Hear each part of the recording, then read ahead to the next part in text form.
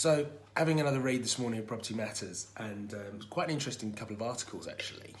So, I'll start with the first one that I read, which is that stamp duty will be slashed in the goals to eliminate it entirely for homes valued below £1 million, set by new Tory leadership Sam Guyman. Okay, so he says this would eliminate stamp duty for 98% of the population, but forgo only 68% of the value. So obviously the higher value stuff will still generate money, but 68% seems a hell of a lot of money when you think about what stamp duty generates. And I mean, I don't know where the money goes. I don't think anybody knows where the money goes, but it obviously goes somewhere. And it obviously, does well for our country. So I think it's a bit of a radical idea. I mean, look, for me, great. I'd love to have stamp duty abolished completely, and my transaction levels would go through the roof as an estate agent. But I do think that that's a little bit radical. I think that, yes, it should be completely overhauled, and we should see where the money goes. I've always been an advocate of knowing where my money that I'm spending is going, but I think it should be overhauled and maybe brought down quite considerably. But I think a 68% cut in the revenue, well, where are we going to get hit with something else? It's like dun dun dun. Anyway, so that was a receipt, and the cost of that receipt would be $6 billion. So a lot of money.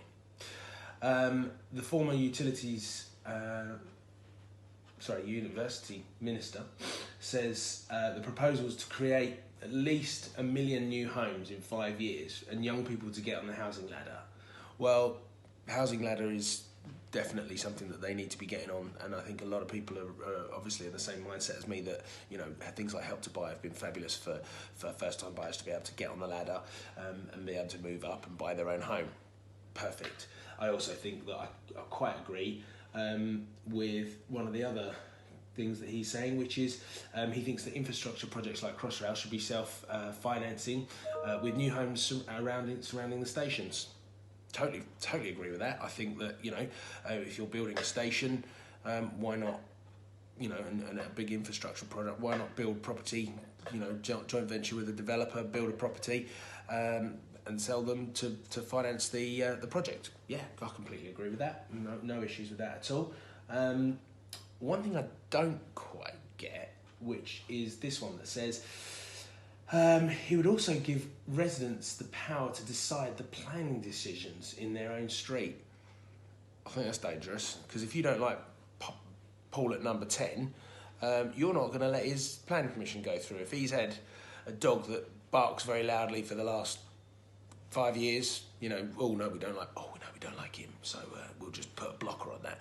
I think that's a bit dangerous, but I can sort of see where he's going with it. I do think that nowadays, where you've got the new legislation now, is that they're not going to put a cap on the time for permitted development. So if you've got a semi-detached house or a detached house, you can go out 8 metres without planning permission, or you can do a 6 metre extension if you have a terraced house or an end of terraced house. So, and they're abolishing any time lapse for that. So, I think that's great. Obviously, it has an effect on my job or my industry, because people will extend and they won't move. But that's only ground floor. So people obviously need more bedrooms sometimes and will want to move. But yeah, so I think that's a bit much. So there was quite a couple of good ideas. Another article that I've read though was that, where are we? Conservative Party leadership hopeful, another one. They're all at it at the moment.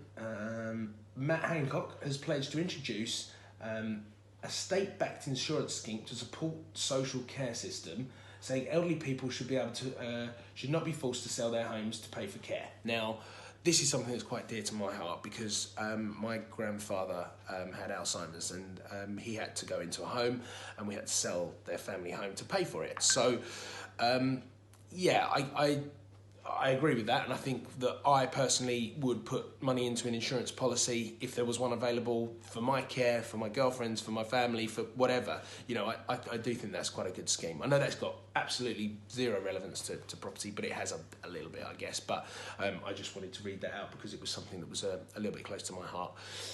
So yeah, that was the news. The news.